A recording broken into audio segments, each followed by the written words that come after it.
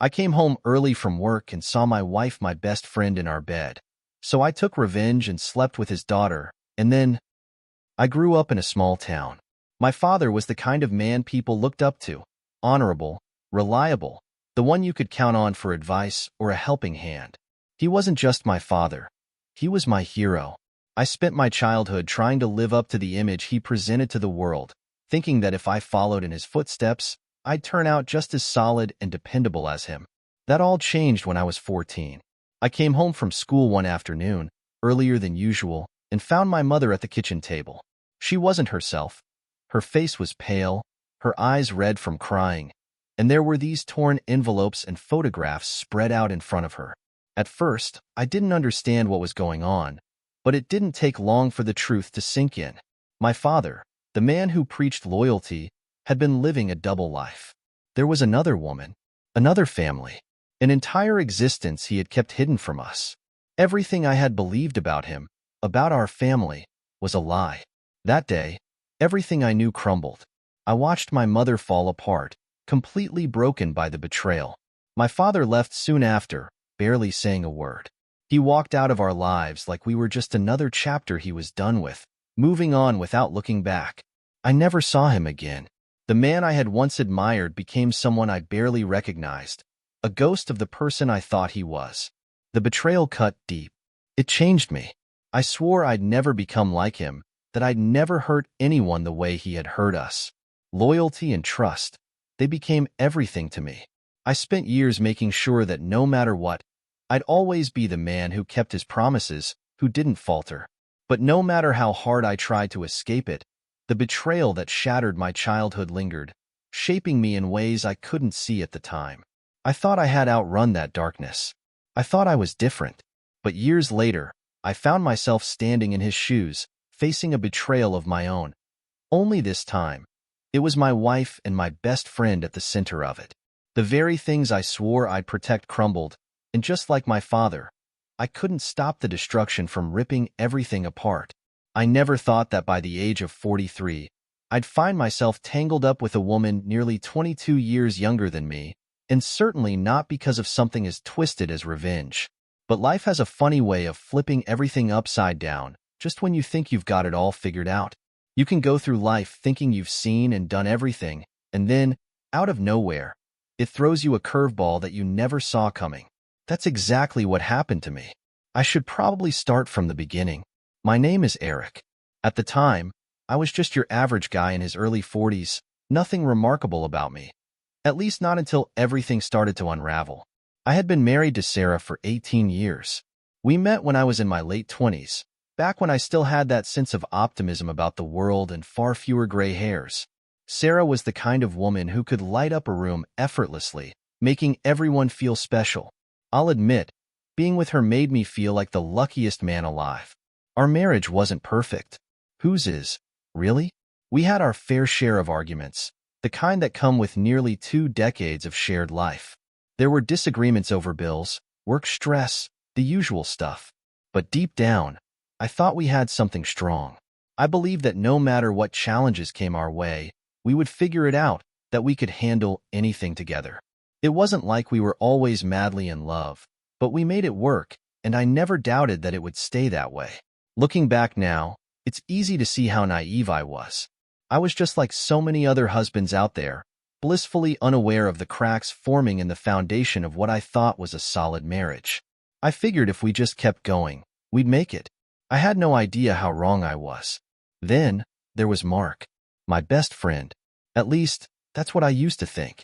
Mark and I had been close for almost 20 years, ever since we met at our first office jobs. We bonded over the usual stuff: long hours, annoying bosses, and beers after work. Life hadn't exactly been kind to him. About a decade ago, he lost his wife in a car accident, and it tore him apart. He was left to raise his daughter, Leah, on his own. At the time, Leah was just 8 years old, and Mark wasn't in any shape to deal with the overwhelming grief and responsibility of being a single parent. In those days, Sarah and I were there for Mark every step of the way. Sarah especially. She had a soft spot for kids and practically adopted Leah as a second daughter. Leah would spend most of her time at our house, and before long, She started calling me Uncle Eric. She confided in me about all the things young teenagers talk about: crushes, school drama, the usual stuff. I always thought of her like a little sister. Mark seemed to appreciate the help. He was still trying to pull himself together after the accident, and Sarah took on a motherly role for Leah. She was always helping out, making sure Leah was okay, even when Mark was too caught up in his own grief to notice. It felt natural. Leah practically grew up in our home, and our families became intertwined.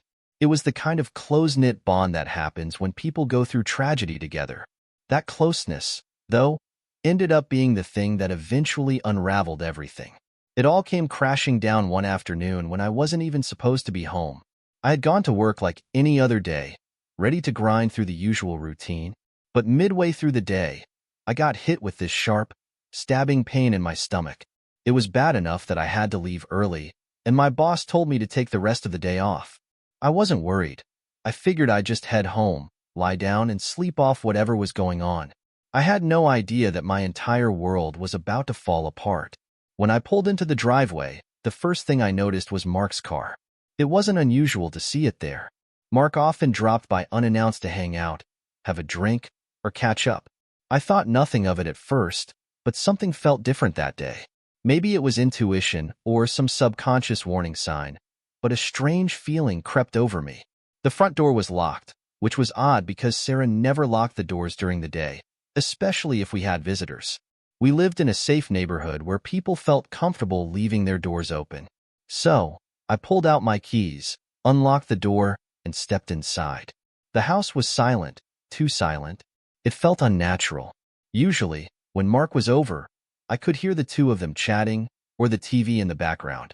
But that day, there was nothing. I moved through the house, and that's when I heard it: quiet, muffled sounds. At first, I thought maybe I was imagining things.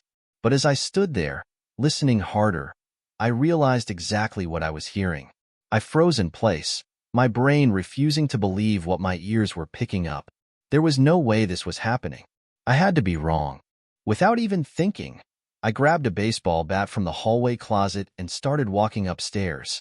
My mind was racing, telling me not to jump to conclusions, but my body had already decided what I was going to do. The closer I got to the bedroom, the clearer the sounds became: low moans, gasps, and whispers. My hands tightened around the bat as I reached the bedroom door. I hesitated for just a second before shoving it open. What I saw inside ripped the ground out from under me. Sarah, the woman I had been married to for nearly 2 decades, was on top of Mark, my best friend. They both froze when they saw me standing there, bat in hand, and I could see the panic in their eyes. The shock, the betrayal. It hit me all at once like a punch to the gut. They didn't even have to say anything. Their faces said it all. For a moment, I stood there, staring at them, unable to process what was happening. Sarah's mouth opened, but no words came out. Mark scrambled off the bed, backing away like a scared animal. I dropped the bat and walked toward him, fury building with every step. My first instinct was to hit him, to make him pay for what he had done. Instead, I drove my fist into his face. Again and again. It wasn't about the pain. It was about letting out the rage that had been boiling inside me the moment I walked through that door. Sarah screamed, trying to pull me off him, but I was too far gone. I wanted them both to feel the betrayal that was consuming me. How long had this been going on? How could I have been so blind? My mind was racing with 1,000 questions, but none of them mattered at that moment. All that mattered was making them suffer. When I was done, I grabbed the bat again, walked out of the bedroom, and headed straight for Mark's car. I swung at the windshield, shattering the glass in one blow. Then I dented the hood and smashed the side mirrors, each swing releasing more of the fury I couldn't contain. By the time I was finished, I was panting, my muscles burning, but I didn't feel any better. The betrayal was still there, weighing on me like a stone in my chest. I got into my own car and drove. I didn't know where I was going, but I needed to get away from that house, from Sarah, from everything. The only place that made sense was the bar. It was where I had always gone when I needed to clear my head or make sense of the world. When I walked in, still gripping the bat, I must have looked like a madman. The bartender, Mike, had known me for years. He didn't say a word when I sat down.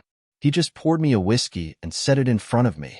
I downed it in one gulp, barely feeling the burn as it slid down my throat. By the time I was on my third glass, I was numb, the whiskey doing its job to dull the edges of my anger. I sat there for hours, replaying everything that had happened in my mind. The shock, the anger, the betrayal. It was all a blur. I didn't know what to do next. Everything I had thought was solid in my life had just crumbled. My wife, my best friend. They had betrayed me in the worst possible way. And now, all I had left was the burning desire for revenge. That's when the plan started forming in my mind. It wasn't enough to just walk away from them. I wanted them to feel the same pain I was feeling. I wanted to tear their lives apart, just like they had torn mine. I didn't care about the consequences anymore. All I wanted was to make sure they suffered. As I sat there, lost in my thoughts, Mike poured me one last drink before cutting me off. He slid my keys across the bar and told me I wasn't driving anywhere. I didn't argue. By then, I was too drunk to care about anything other than getting home and passing out. The next morning, the hangover hit me like a freight train. My head throbbed, my stomach churned, but none of that compared to the pit in my chest. I knew what I had to do next.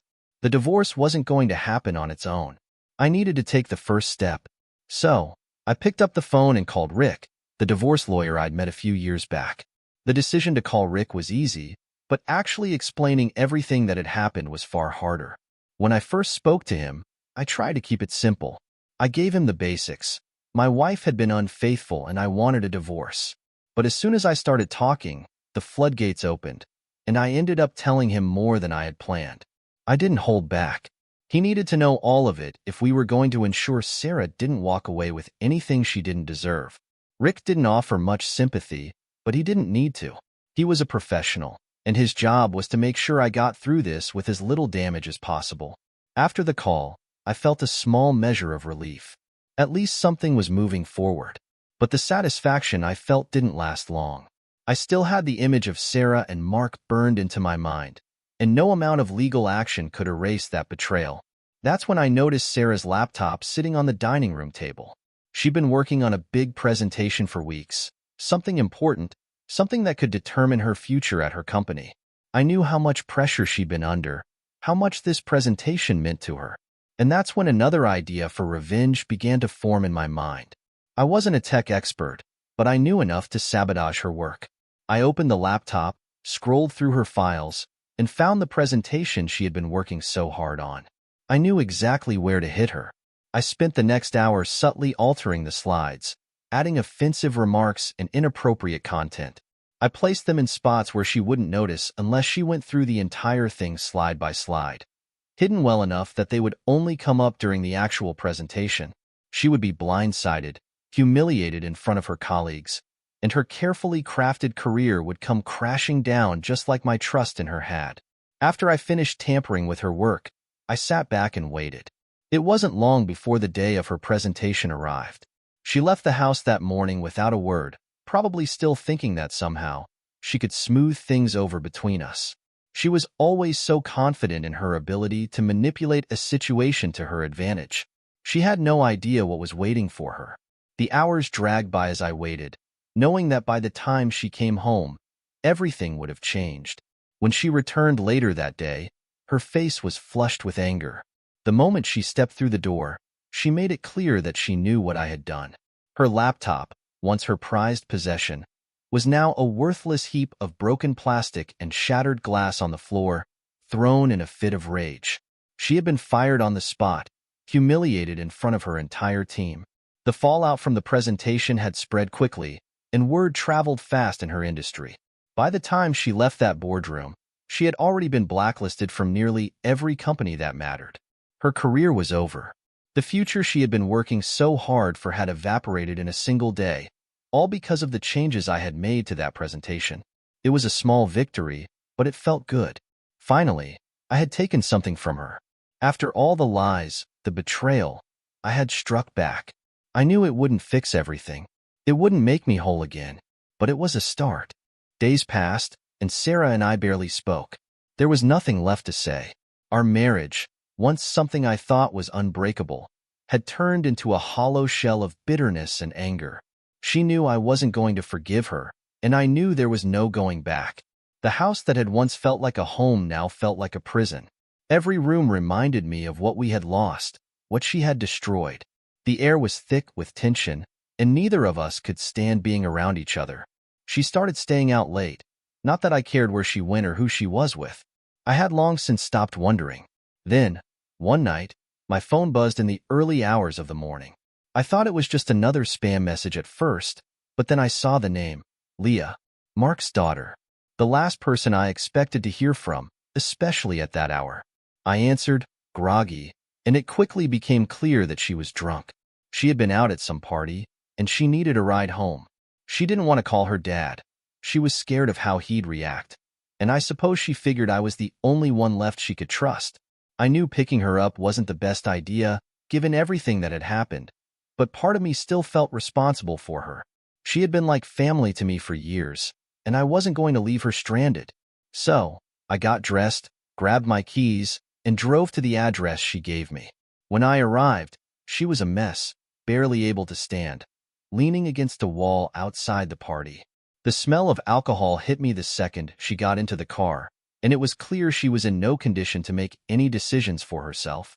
The ride back to her place was quiet at first, but then she started talking, slurring her words. She told me how her boyfriend had cheated on her, how she felt completely betrayed. Hearing her story hit closer to home than I expected. I knew all too well what that kind of betrayal felt like. As she rambled on, I couldn't help but feel a twisted sense of connection to her situation. We were both reeling from people we trusted letting us down. But what happened next crossed a line I never thought I'd cross. Leah, drunk and emotional, started making advances. At first, I thought she was just trying to be comforting, but then things escalated. She was persistent, and the alcohol clouded my judgment.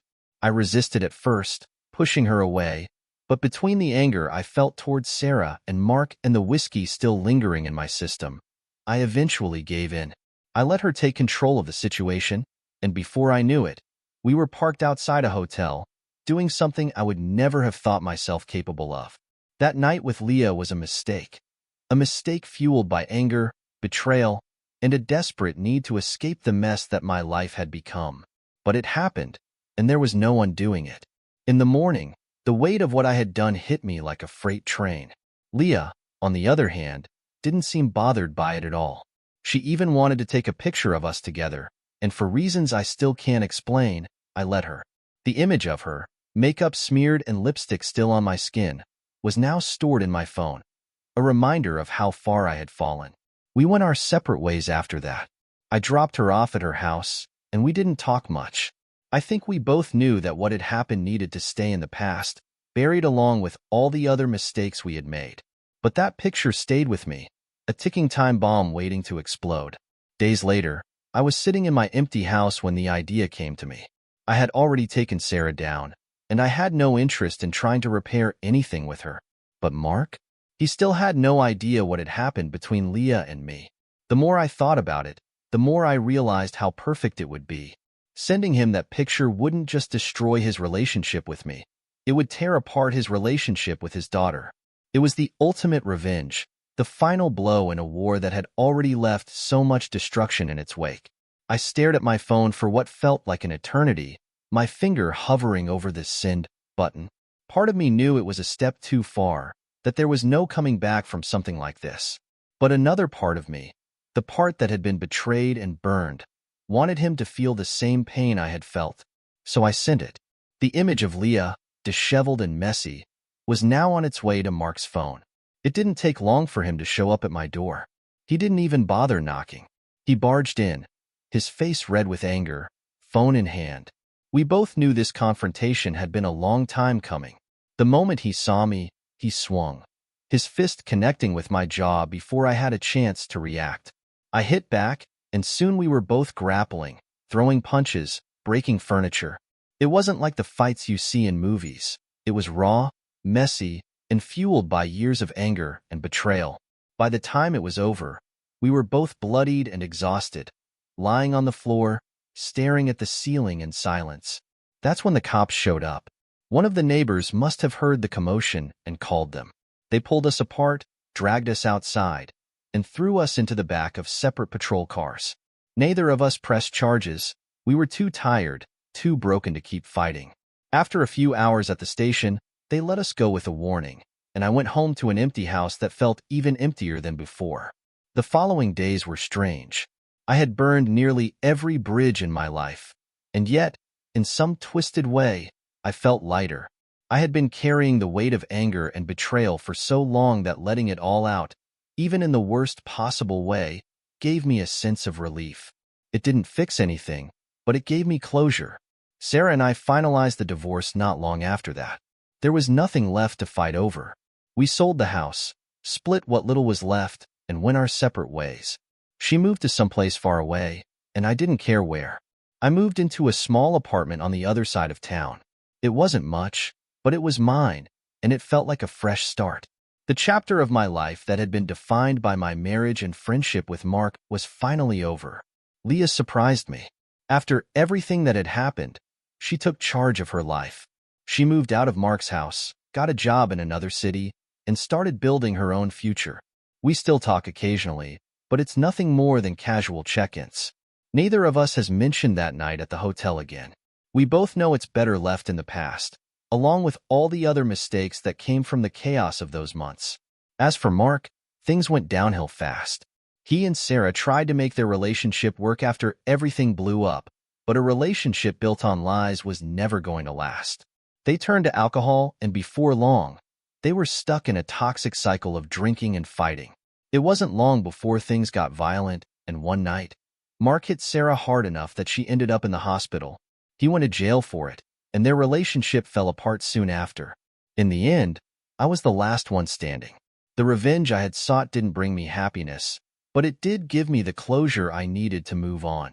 Sometimes, burning everything down is the only way to rebuild. After everything had unraveled, I found myself in a strange new phase of my life. I had burned so many bridges, torn down relationships that had once meant everything to me, and yet, there was an odd sense of peace that came with it. It wasn't the kind of peace that made me feel good about what I had done, but it was a peace born from the fact that there was no more waiting for the other shoe to drop. I had faced the worst betrayal I could imagine, dealt with it in my own destructive way, and now I had to live with the consequences. There was no going back, no fixing what had been broken. The dust had settled, and I was left with the remnants of what used to be my life. Moving into the small apartment on the other side of town felt like stepping into a new world. It was far from luxurious, but it was clean, quiet, and most importantly mine. I no longer had to share a space with Sarah, no longer had to feel her presence in every room, and the memories of what we had built together were no longer haunting me at every corner. The apartment wasn't much, but it symbolized a fresh start, a blank slate that I desperately needed. In the early days after the move, I spent a lot of time by myself, just trying to figure out what came next. I wasn't sure where to start rebuilding my life, or even if I was ready to. The loneliness that came with the end of my marriage and friendship with Mark was heavier than I expected. It wasn't that I missed Sarah or Mark specifically, but more that I missed the routine, the familiar comfort of having people around. The house I had shared with Sarah had been filled with memories, good and bad, but it had been home. Now, in the apartment, there were no echoes of laughter or arguments. It was just quiet. In the midst of all this, I made a decision that was long overdue. I knew I couldn't handle the weight of everything I had been carrying on my own anymore. The anger, the betrayal, the guilt. It had been eating away at me for too long. I had tried to deal with it in all the wrong ways, lashing out at the people who had hurt me and destroying what was left of my old life. But now, with the dust settling, I realized I needed help. I wasn't going to get through this by myself. That's when I decided to see a therapist. At first, I wasn't sure if it was the right thing to do. I had always been the type of person who believed I could handle my problems on my own, that I didn't need anyone else's help. But the truth was, I had been drowning for months, and I couldn't keep pretending that I was okay. Walking into that therapist's office for the first time was one of the hardest things I had done in a long time. I didn't want to open up, didn't want to face the mess I had made of my life. But once I started talking, Once I began unpacking everything that had happened, I realized just how much I had been carrying. The therapist didn't judge me. She listened as I laid out the entire story, from Sarah's betrayal to the revenge I had taken, to the night with Leah. I told her things I hadn't told anyone else, things that had been festering inside me for too long. As I spoke, it felt like I was shedding layers of anger and guilt that had been weighing me down. The sessions were difficult, and there were moments when I felt like walking out, like it was too much to confront. But I stuck with it, knowing that this was the only way I was going to move forward. The process was slow, and healing didn't happen overnight. But little by little, I started to feel lighter. The anger that had once consumed me began to fade, replaced by a sense of acceptance. I couldn't change what had happened. I couldn't undo the mistakes I had made or the hurt that had been caused, but I could learn to live with it.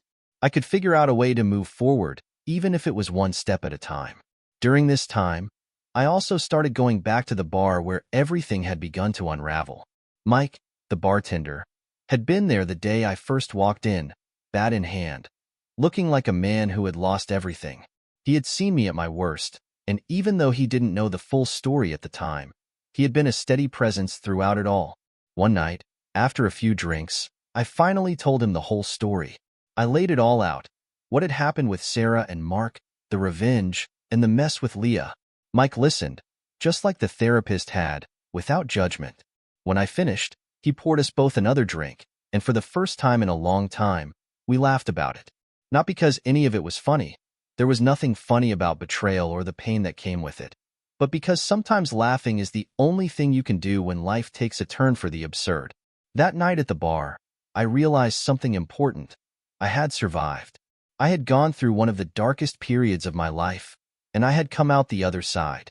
As the weeks turned into months, life slowly started to settle into a new normal. Sarah and I finalized the divorce.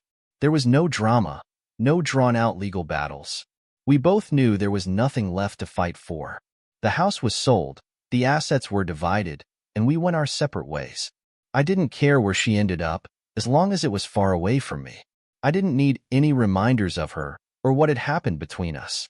The chapter of my life that had included Sarah and Mark was over, and I was ready to move on. Leah, surprisingly, seemed to have moved on as well. After everything that had happened, I had expected her to fall apart, to struggle with the fallout of the choices we had both made. But instead, she took control of her life in a way I hadn't anticipated. She moved out of Mark's house, found a job in another city, and started building a life for herself. We still kept in touch occasionally, though our conversations were brief and casual. We never talked about that night at the hotel, and I think we both understood that it was better left in the past. As for Mark, his life had taken a darker turn. After everything came to light, he and Sarah had tried to make a go of it, but it didn't take long for their relationship to implode. A relationship built on lies and betrayal was never going to last. They turned to alcohol, drinking away the guilt and the regret that had come with their choices. It became a nightly routine for them, a toxic cycle of booze and bitterness. From what I heard, the fights between them got worse, until one night, things escalated to the point where Mark hit Sarah hard enough to send her to the hospital. He ended up in jail for it, and that was the end of whatever relationship they had left. I didn't feel any satisfaction in hearing about Mark's downfall. By that point, I was too far removed from the situation to care. The revenge I had taken on him hadn't brought me the closure I thought it would. It hadn't fixed anything, but it had allowed me to let go of the anger that had consumed me for so long. Mark had gotten what was coming to him, and now I could move on, knowing that I had done everything I could to deal with the pain he had caused me. With Sarah and Mark out of my life, I focused on rebuilding. The process wasn't easy, and there were days when the loneliness crept back in, when the weight of everything that had happened felt overwhelming. But I had learned how to handle it better. The therapy sessions continued, and I found solace in the quiet routine of my new life. I started picking up old hobbies I had abandoned during the chaos of my marriage. I spent more time outdoors, walking through the parks near my apartment, enjoying the peace and solitude. It wasn't a perfect life, but it was mine, and I was finally in control of it. As the months passed, I found myself thinking less and less about Sarah, Mark, and Leah. The memories were still there, but they no longer had the same hold on me. I had moved past the anger, past the need for revenge, and now I was focused on what came next. I didn't know exactly what the future held, but for the first time in a long time, I felt like I had a future to look forward to. Looking back on everything, I realized that life is messy, unpredictable, and often cruel. There were moments when I had been consumed by the need to get back at the people who had hurt me, and there were moments when I had made decisions that I wasn't proud of. But through it all, I had survived. I had made it through the storm, and now, on the other side, I was learning how to rebuild. The revenge I had sought didn't bring me happiness, but it gave me closure in a way I hadn't expected.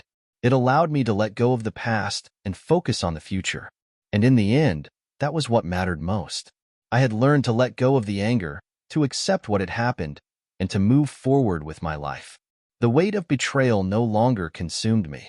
The people who had hurt me were no longer a part of my life. And for the first time in a long time, I felt free. Free to rebuild, free to make new choices, and free to create a life that wasn't defined by the mistakes and betrayals of the past. As time went on, I realized that healing wasn't a straight line. There were setbacks, moments when the pain resurfaced, and days when the memories felt fresh again. But I had the tools to handle it now. I knew how to process the emotions, how to work through them, and how to keep moving forward. It wasn't about forgetting what had happened. It was about learning how to live with it and finding peace despite it. In the end, life went on. The past stayed in the past, and I kept moving forward. The lessons I had learned from the chaos of those months stayed with me, guiding me as I navigated this new chapter of my life. And while I couldn't change what had happened, I had finally found a way to live with it, and that, more than anything, was the closure I had been searching for all along. If you like the story, don't hesitate to subscribe and listen to new stories every day. Write in the comments what you like the most.